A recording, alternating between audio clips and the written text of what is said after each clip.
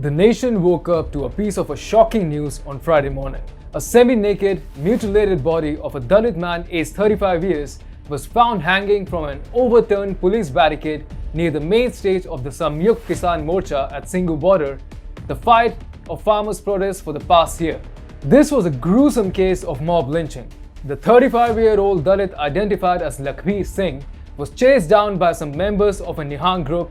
His left hand was severed while his leg was also cut, though it did not get separated. The incident happened at an hour's distance from Lutyens, Delhi, the hub of India's intelligentsia that claims to fight against mob lynching and caste discrimination, but no one among them has cared to talk about Lakhbir Singh. Hi and welcome. This is TFI English, the national socio-political analysis arm of the TFI Media Group. I'm your host Siddharth, and in this video, I will tell you how the mob killing of Lakhbir Singh is a caste war. Let's begin.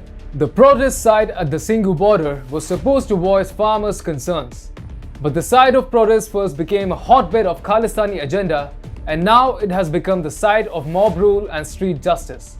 The issue is becoming more religious and casteist as Lakhbir Singh was hacked to death over allegations of sacrilege. A Nihang group, Nirvair Khalsa Udna Dal, has admitted to killing Lakhbir Singh at the Singhu border on Friday. Nihangs are an order of Sikh warriors. They are characterized by blue robes, antiquated arms such as swords and spears. They also wear decorated turbans and trace their origin to the founding of the Khalsa by the last Sikh Guru, Guru Gobind Singh, in the year 1699. Lakhbir's killing is an act of mob justice through extrajudicial methods. As per India Today, Balwinder Singh, Panth Akali, Nirvair Khalsa Udna Dal, said, "He did seva at our camp, won our trust." Balwinder Singh added, before the Prakash prayer, he removed the cloth to cover the holy scripture and insulted the Pothi Sahib. Balwinder Singh said that the deceased ran away as the Nihangs chased him, and he was finally caught and attacked near a private hospital. The holy book was recovered from him by the Nihangs.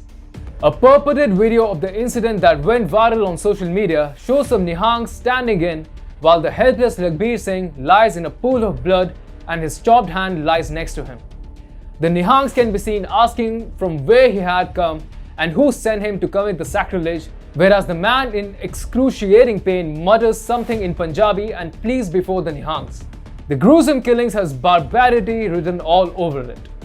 Lakhbir Singh, a Dalit Sikh, was asked certain questions about the alleged sacrilege of the holy book, and on being satisfied with their allegations, an unruly mob decided to dispense a brutal form of justice on the spot. Chairman of the National Commission for Scheduled Castes, Vijay Sampla, said, "The incident in which a scheduled caste man was killed and his hand chopped off at the Singhu border is a heinous Talibani crime." The mainstream media may not be talking about the caste angle. However, the caste link cannot be dismissed casually. The way Lakhbir Singh, a Dalit Sikh, was killed illustrates why caste politics is becoming such an important issue in Punjab. Lakhbir Singh was killed over unconfirmed allegations of desecration of a holy Sikh book.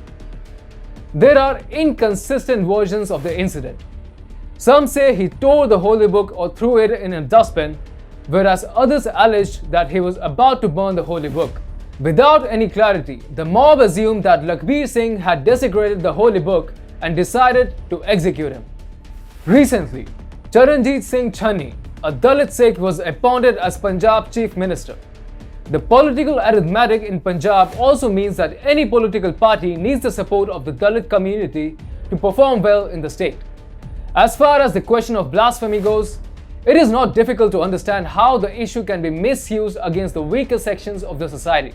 In Pakistan, for example, the Ahmadis, Hindus, Christians and Sikhs are often slapped with charges of desecration of the Holy Quran under the draconian blasphemy law. In Singhu border, Lakhbir became a victim of a similar blasphemy allegation. Balwinder Singh added, "Whoever indulges in an act of sacrilege, we will treat them in this manner only. We won't approach any police or administration." Last year, a Nihang group chopped off the hands of an assistant sub-inspector of Punjab Police in Patiala after being asked for a COVID-19 curfew pass. The fact remains that the Nihang order has been respected within Punjab and other areas. Nihang members are allowed to carry sharp weapons because of religious sensitivities. They are expected not to use them by Indian law. However, even during the Republic Day violence, Nihangs mounted on horsebacks with spears and swords in their hands reportedly led the charge to disperse police personnel. The Modi government must make up its mind to restore law and order at the Singhu border. Political ramifications must take a backseat, and the law enforced must be respected at the Singhu border, which has become a site of anarchy.